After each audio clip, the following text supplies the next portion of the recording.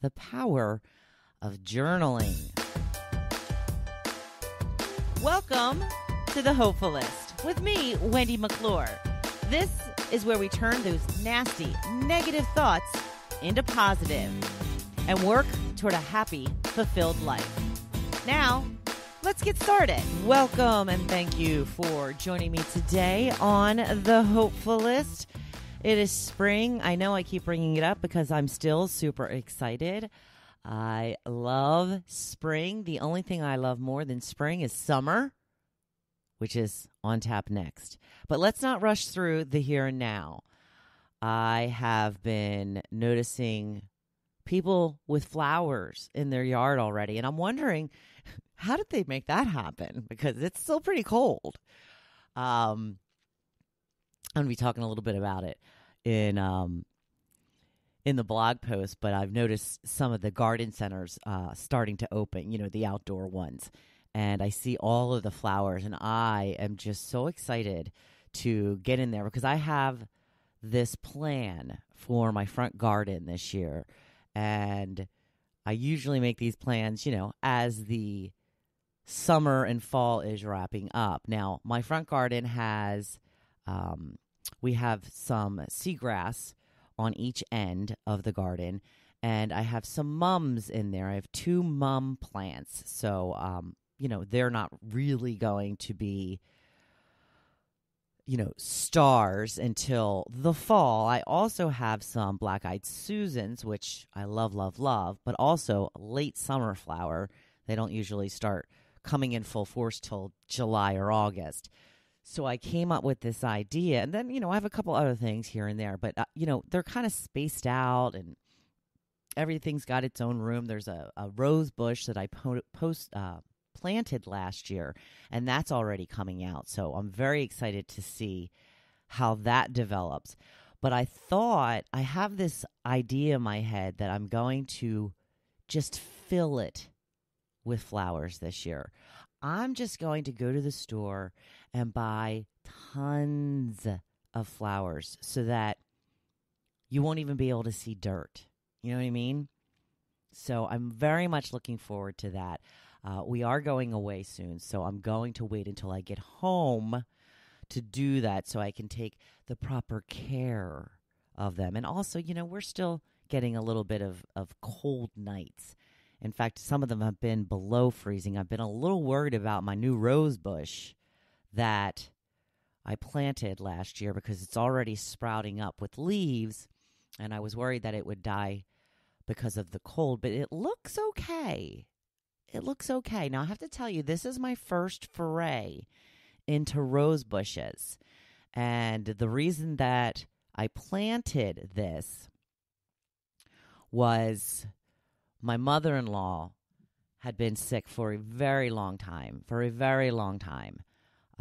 but she had gotten terminal last year. So we knew that she likely did not have much time left. So whenever my husband stopped to visit her, I would always, give him something to give to her. And the last thing that he took over to her before she passed was this teeny tiny little rose plant that I got at the supermarket, and they're just, little mini roses.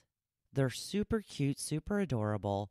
So I took that plant back after she passed, and I decided to plant it in my garden as a reminder of her, and also as kind of a little personal memorial to her. So this will, and it did very well after I planted it. I have to admit it got a lot bigger than I even expected it to, and so I have high hopes for this year. High hopes. So I will actually take pictures and keep you posted on the progress of the plant of the rose bush throughout the summer. But so far, sturdy little thing that is. Lived through a couple of freezes, and so I've got my fingers crossed. And I'm going to get it lots of company. As soon as I get back from my trip, I'm going to buy out the store of all of the beautiful flowers. And I vow to not kill them this year. I really have gotten a lot better. All right, let's not say a lot and jinx ourselves. Let's say I've gotten a little bit better with learning how to take care of flowers and plants. Last year, I talk about it every year, tomatoes, bumper crop for me last year. Let's not talk about the fact that my neighbor across the way planted the plant for me. I don't care. I still grew them. They're still in my yard. I got to eat them all summer long. It was glorious. So I've already got the pots ready for him. He is down in Florida right now. He's on his way back next month. And hopefully he'll have a couple of plants ready for implanting into my pots that I will have waiting for him. So this green thumb, slowly turning from black to green, takes a lot of practice. This is going to be, I think, year 7 or 8 with growing tomatoes. And last year was really the only year that I had a good supply of tomatoes. Yeah, I kill those suckers, man. I just kill them. And the thing that drives me crazy the most is friends of mine, who would have an overabundance of tomatoes or whatever, they would offer some. And I'd be like, I'll take tomatoes. And then I tell them I can't grow them. Oh, they're so easy. Yeah, that makes me feel a lot better. Thanks a lot. Yeah. So there you go. So much to look forward to in spring. Today's quote of the day: an excuse is nothing but a challenge that you've given power to. I bring up that quote today because the topic today is going to be about journaling. And I find to be the biggest challenge in the work that I do to try and inspire and empower and motivate you awesome people is to get you to do the work. I have been talking about a gratitude journal for 3 years now. That's right. The Hopefulist has been around for 3 years. And I have just gone on about how great it is to have a gratitude journal, to keep track of the things that we are grateful for, and letting you know that it is the key thing that changed my life. You think that would be enough to get you to buy that super cute notebook and break out that fabulous pen and start writing. But no, you say you don't have time. You say you can't be bothered. Well, let me ask you this. If I said you could reduce stress and increase happiness in just 5 minutes a day, would you give it a try? It would be downright silly not to, right? Because I'm telling you, once again, that writing down 3 to 5 things daily that you are grateful for will do that for you, will reduce your stress, will increase your happiness. And yes, in fact, I am serious. I've had a long history of keeping a gratitude journal, a long history of it not working at all. But then after many years, I realized I'd been doing it wrong. I treated it like a chore. It was annoying to me. I would sit down and just pain over what to write. Then I would come up with ridiculous things that didn't really matter to me. Things like getting the dishes done, getting the gratitude journal done, or the fact that the dog stopped snoring for a few minutes. I mean, it was mostly about annoyances in my life. So that right there was wrong. I was focusing on just getting it done. I was focusing on the wrong things. I was focusing on annoyances and getting them out of the way. And guess what? Gratitude journal did not work for me. Shocking, I know. I was thinking about it all wrong. I thought if I just got it done, then my happiness level would skyrocket. And I truly didn't understand why that wasn't working. The laziness of the pessimist. Yes, that was me. But I have it right now. And I want you to do it right too. Now, the first part is truly finding things that you are grateful for, not as a chore, but as a way to bring more joy into your life. It can be the simplest thing to the biggest thing. You can be grateful for your kids or the fact that your teen actually cleaned up her room. It can be about the house that you live in or that your kitchen is sparkling clean at this moment, because we know that will change. I encourage you to make a mix of big and small, but the one thing you can't do is repeat yourself often.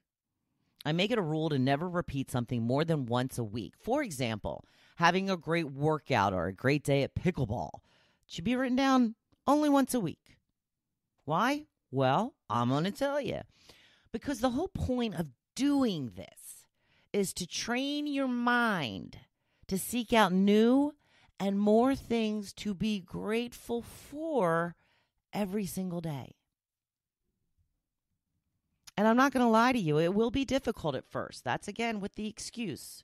Oh, this is too hard. It is going to be hard at first. Just like with anything new that you try, it takes time to get into the groove of it, to start to make it flow. If you've never done it before, it will likely take you to some time to come up with just a couple of things. But once you get it going, it will start to flow. In fact, sometimes you may even come up with more than 5 things, and that is always A-okay.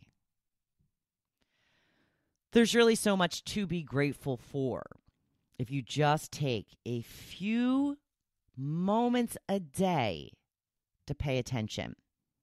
As we were talking about, it's spring. There's so much to choose from right now. A bright sunny day with warm temperatures, all the blossoms popping up on the trees, the flowers starting to spring up in your garden.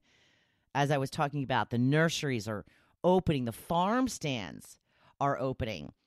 I just saw one of my favorite places open just this week. Now, it's one of those places that has fresh produce, seafood deli, desserts, and flowers galore outside. I already told you about my big plans for the garden, but I digress. You can be grateful for anything, for the birds singing in the morning, or being able to have coffee outside on your deck, or even just the coffee itself. Maybe it's the mug that you drink it out of.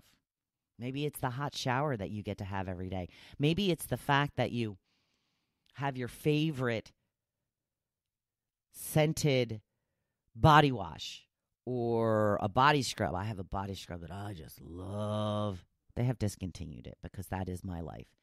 See, that's pessimism talking. Still creeps in. Still creeps in. I will find something else and I will find something better. But right now, I'm squeezing that tube dry. I won't even mention what it is because it's not available anymore. They stopped making it. Bath and Body Works, I love them, and yet I hate them so much. There is so much more to discover and notice at this time of year, just in nature alone. So that's so many things that you can take notice and be grateful for. Of course, it's not just about nature. You can find gratitude anywhere and everywhere. Restrictions have loosened up from the pandemic. We can finally do some of the things we haven't in the last couple of years. Is there a concert or a show you've been wanting to see? Now you finally can go out and watch a movie, eat in a restaurant, long days on the beach, vacation.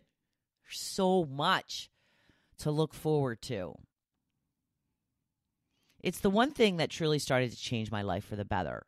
Just noticing and recording those few things a day made me realize that life was not as bad as I made it out to be. And as you write out your list, you get to relive that good moment.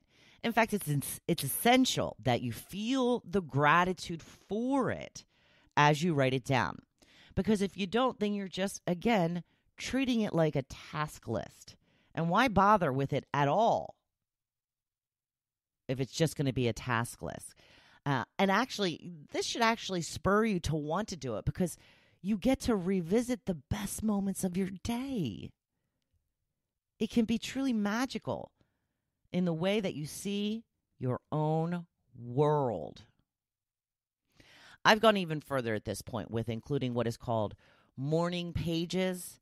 It's from a book called The Artist's Way, which says we should be free journaling each morning. First thing, 3 whole pages. Yes, this does take a significant amount of time, but it is so rewarding. Research shows that people who journal on a regular basis have less stress and more happiness in their lives.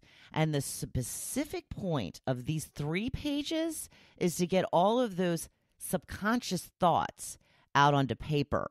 The length is designed to keep you writing until you really tap into some thoughts that may be holding you back in life. The more you write, the more you delve into limiting beliefs that may be affecting your life in ways you may not even realize. It usually takes some time to get to the point of loosening up those ideas and words before they begin to flow. Some people say that you really can't get to the good stuff, the stuff that's way deep down inside, until you write for at least a half hour. But at the very least, what I love most about these morning pages, and yes, they are to be written first thing in the morning, it's designed that way, is that it really frees some things up in your mind that you are stressed and worried about. It gives you a chance to vent and come up with solutions, even if it's just getting things off your chest. It's so freeing and can make you feel so much more free throughout your day as you go about your day. I'm not saying this is something you have to do. It's a lot. And honestly, I rarely get to 3 pages. And I'm not doing it completely right, but I always figure a little is better than nothing. There's been a couple times I've made it to 3 pages, but I'm going to keep working on it. Like I said, it's a lot. And I have the luxury of time in the morning. But the more you can journal about anything and everything, the better things will be in your life. I know this to be true. Did you know the top achievers in the world use journaling as a way to tap into things that may not be in the forefront of their mind and only find it way back in their subconscious when they dig deep? Yes, this can be scary. Yes, absolutely. It can be painful. But you also want to address the things that are holding you back, or you won't be able to move forward. Think of it this way. If you cut your finger open and it needed stitches, would you avoid the pain of getting those stitches and just take your chances at your finger never healing properly because you didn't want to deal with the pain? We all hate the pain. We all hate needles. We all hate being stitched by a needle and thread when it comes to our skin.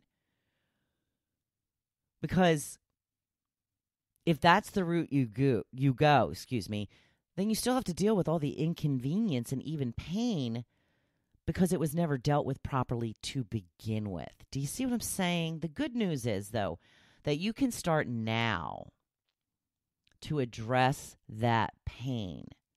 These things that have been holding you back for years, and start to heal. You don't want to keep walking around with a huge cut on your finger that will never heal. It's like a huge cut in your heart and your mind that will never heal until you do what it takes to start that healing process. It will be hard, but it will be worth it. I am so glad that you joined me today and hope you enjoyed and learned a little something. If you like this episode, please leave me a review and hit that subscribe or follow button. I will be most grateful if you do.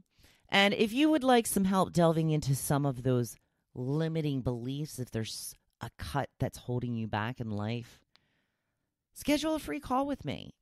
Let's see if working together would be beneficial to you. Just visit my training page at hopefulist.com/training. Now, I want you to go on out there and be badass. You know I'm here, always cheering you on. Thank you for listening to The Hopefulist. Now, don't you feel good? Make sure you come back next week. See you then.